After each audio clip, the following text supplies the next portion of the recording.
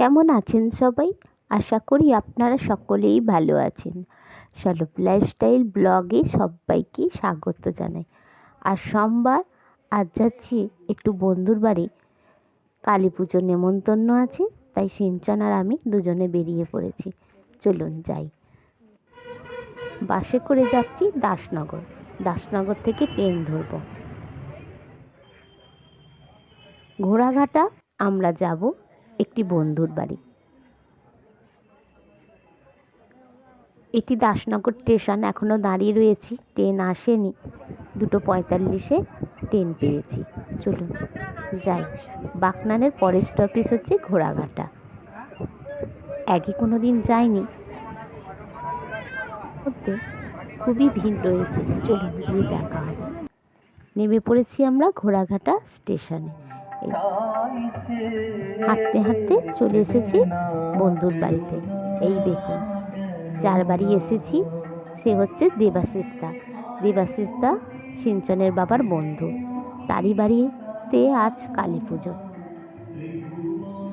দেবাশিস দা স্টেশনে দাঁড়িয়েছিল আমাদের জন্য, আমাদেরকে সঙ্গে করে ওনার বাড়িতে নিয়ে এসেছে। চলুন একবার যেখানে আমাদের মা কালী বসবে সেই জায়গাটা দেখিয়ে দিই। অপূর্ব সুন্দর ফুল দিয়ে সাজিয়েছে, কি সুন্দর তৈরি করেছে বসার জায়গাটি। চলুন, সন্ধে হলে আসবে মা। আগের দিন শিবরাত্রি ছিল, অমাবস্যা রয়েছে। আচ্ছা, দেবাশিস দার বাড়ি মা কালীর আরাধনা। এটি হচ্ছে দেবাশিস দার আরেকটি ঘর, সেখানে সব জোগাড় রয়েছে। সন্ধে এখন 7টা বেজে গেছে। চলুন, আজ আমরা মা কালীকে আনতে এসেছি। স্টেশনের পাশেই এই মূর্তি তৈরি হয়, সেখান থেকে নিয়ে যাবে।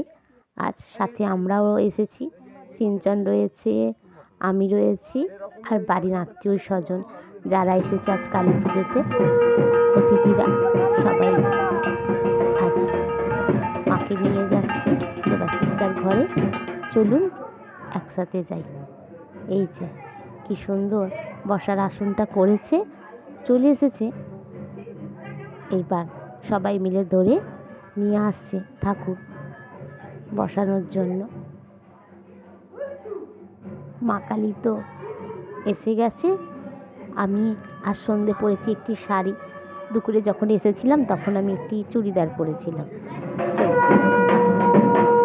বসানো হচ্ছে সিংহাসনে, পুজো হবে। দুটি ব্রাহ্মণ এসে গেছে। ঠাকুরের একটি বৈশিষ্ট্য বলি, আমরা মা কালী অনেকেই দেখেছি, কিন্তু এটা হচ্ছে সিংহ বাহিনী, পাশে কিন্তু সিংহ রয়েছে। দেখুন, এরকম রূপ খুব একটা দেখা যায় না। এই প্রথমবারই দেখছি সিংহ বাহিনী মা কালী।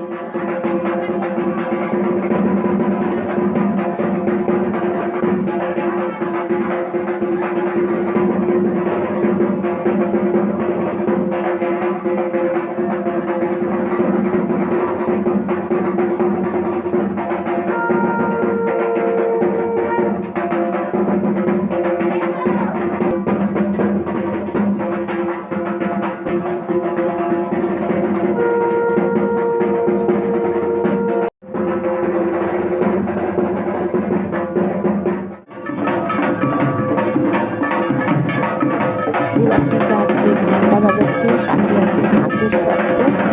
চলুন, সিঞ্চনের বাবা এসে গেছে। এই যে রাত এখন 11টা বাজে। খাওয়া দাওয়া আমরা সেরে নিই, তারপরে আবার নিচে পুজো হচ্ছে, সেখানে গিয়ে বসবো।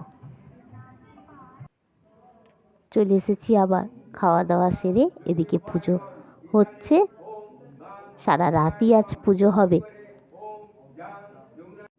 অঞ্জলি দেয়া সবটাই হবে, হোম হবে, আরতি মায়ের।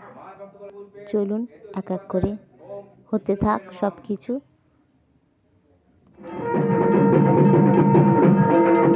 ওরকম 5টা পুজো আছে, শেষের পথে একটু বাকি আছে অঞ্জলিটা।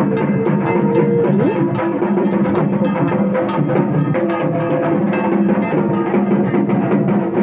ওরকম 5টা বেজে গেছে, অঞ্জলি হয়ে গেছে।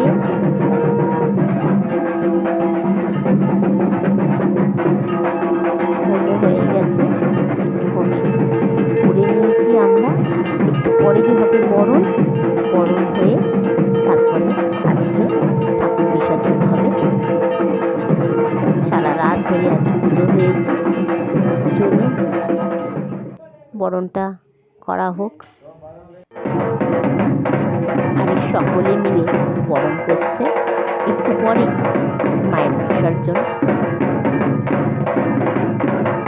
রাতের আলো থাকতে থাকতে তো বিসর্জন হবে।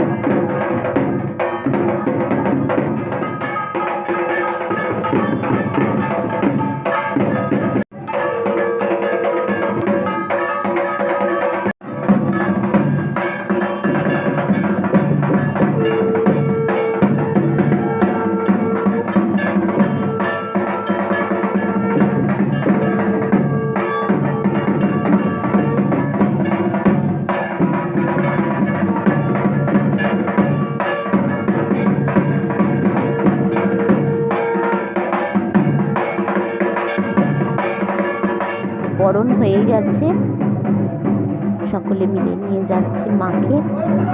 বিদায় জানাবার পালা এখন। একটু একটু করে দিনের আলো ফুটছে। চলুন সাথে আমরাও যাই, আজকে মাকে বিদায় জানাই। আবার এসো মা আগের বৎসর। দেবাশিসদার পাশেই রয়েছে একটি পুকুর, সেখানে একটি শীতলা মন্দির রয়েছে। সেই মন্দিরেই আজকে মাকে বিসর্জন দেওয়া হবে। নিয়ে চলে আসা হয়েছে। চলুন, সব রেডি হয়ে গেছে। পুকুরটা একবার আপনাদেরকে একটু দেখিয়ে দিই। বেশ সুন্দর পুকুরটা রয়েছে শীতলা মন্দিরের সাথে। মন্দিরটাও রয়েছে, দেখাই। এখানে শীতলা মন্দির রয়েছে আর একটি শিবের মন্দির রয়েছে। আজ শেষ বিদায়ও বাজি ফাটানো হচ্ছে, কিছু বাজি রয়েছে। এই যে দেবাশিসদার ছেলে আজকে বাজি ফাটাচ্ছে মায়ের শেষ বিদায় বেলায়। চলুন, সব রেডি হয়ে গেছে মাকে বিসর্জন দেবার জন্য। আবার এসো মা। আস্তে আস্তে করে পুকুরে নামানো হচ্ছে।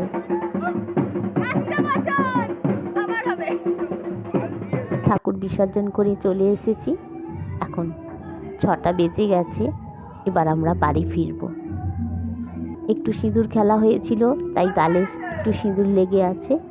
চলুন স্টেশনে যাই, ঘোড়াঘাটা স্টেশন। সেখান থেকেই ট্রেন ধরে যাব সলপে। আমার ব্লগ আপনাদের কেমন লাগছে আমাকে কমেন্টে লিখে জানান। ভালো লাগলে ছোট্ট একটা লাইক দিন। সবাই ভালো থাকবেন, সুস্থ থাকবেন আর সাবধানে থাকবেন। ব্লগটা কেমন লাগলো অবশ্যই আমাকে কমেন্টে লিখবেন। আমার ট্রেন এসে গেছে, চলুন ট্রেন ধরে যাব সলপে।